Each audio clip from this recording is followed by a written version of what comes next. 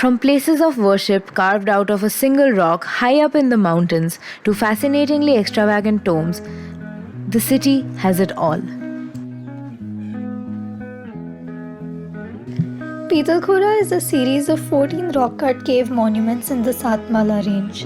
They were carved at a time when the art of rock-cut architecture was in its infancy, which means we observe a lot of flaws. These flaws are themselves valuable as they allow us to track a shift from monofunctional to multifunctional architecture. This reflects a change in the skill and intentions of the builders, alongside the rise and spread of Buddhist thought across India.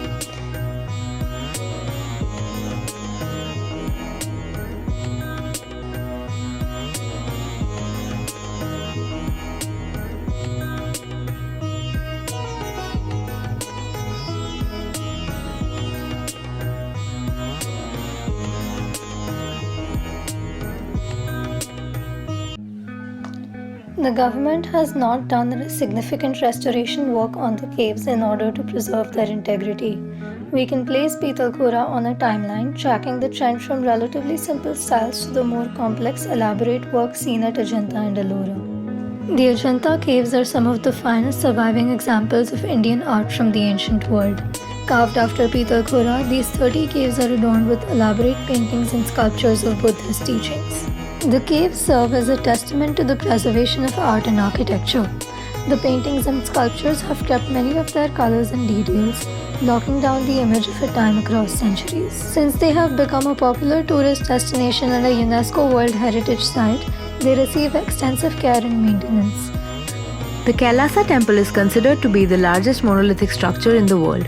It is dedicated to Lord Shiva and was built during the 8th century AD under the patronage of Rashtrakuta king Krishna I. The complex covers an area of about 2,000 square meters and was constructed from top to bottom. The king was a devout follower of Lord Shiva and wanted to build a temple in his honor.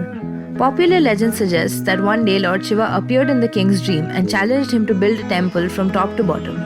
Next day, the king instructed the artisans to begin the construction from top, and they worked their way down, completing the temple over many years of hard work and dedication. The Ellora caves represent a fusion of Hindu, Buddhist and Jain art and culture. They consist of 34 caves that were excavated between 6th and 10th centuries from the Charnandri hills. The caves are divided into three groups: Buddhist, Hindu and Jain. The Buddhist caves date back to the 6th century and are characterized by their austere design. The Hindu and Jain caves were excavated later during the 8th and 9th centuries. Bibi Ka Maqbara is a popular tourist destination in Aurangabad and is considered to be one of the finest examples of Mughal architecture in the Deccan region. Its beauty and historical significance make it a must-visit attraction for anyone visiting Aurangabad or Maharashtra.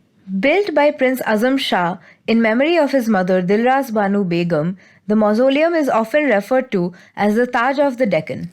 During our research, we noticed that the mausoleum's architecture reflects the Mughal and Deccan styles with intricate carvings adorning the walls and ceilings. The central dome is surrounded by 4 white marble minarets, while the rest of the structure is grey basalt.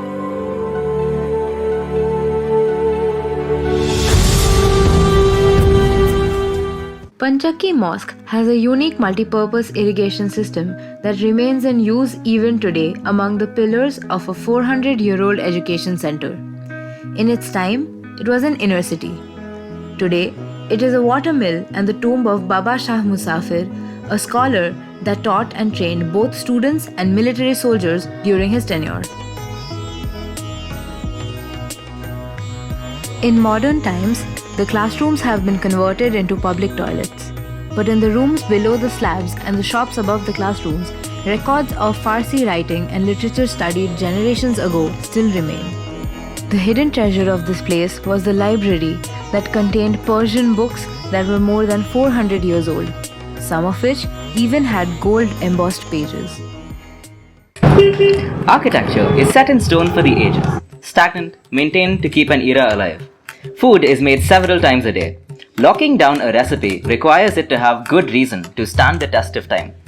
This is exactly what we see with the naan kalaya. This pillowy bread has withstood many a socio-cultural shift, its recipe remaining as true to its Mughlai roots as possible, as though it were an untamperable document to be followed with discipline. We don't exactly know how our recipe started, we just blindly followed it. 150 years ago, our ancestors made this quick recipe of the peda. When they tasted it, they were amazed and told others it would bring their family prosperity. The recipes for our imartis and jalebis have stayed the exact same. There haven't been any changes over the years. We have only added a sugar-free version of the imarti that is sweetened by using dates. Tara Pan shares the sentiment with regards to its crowning jewel, the Kohinoor Pan. However, As I told you, the customer is the advisor. They tell me, can you pack it like this and give it please? Then 3-4 other people come and tell us to pack it like this.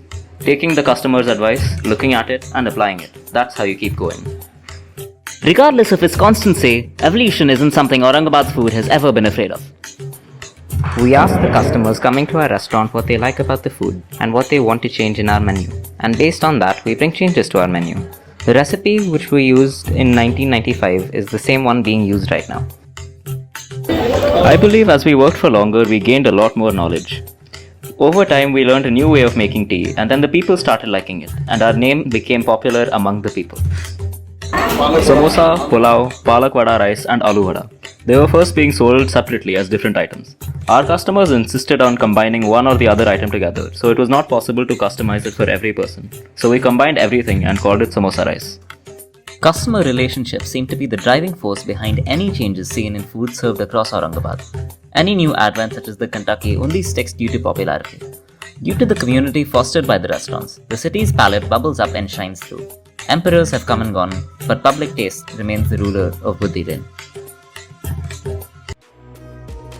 From Khadki to Fatehnagar, from Aurangabad to now Sambhajinagar, the city has seen a lot. It has always been accommodating and accepting of various cultures and religions. At its core, the city is truly Abad.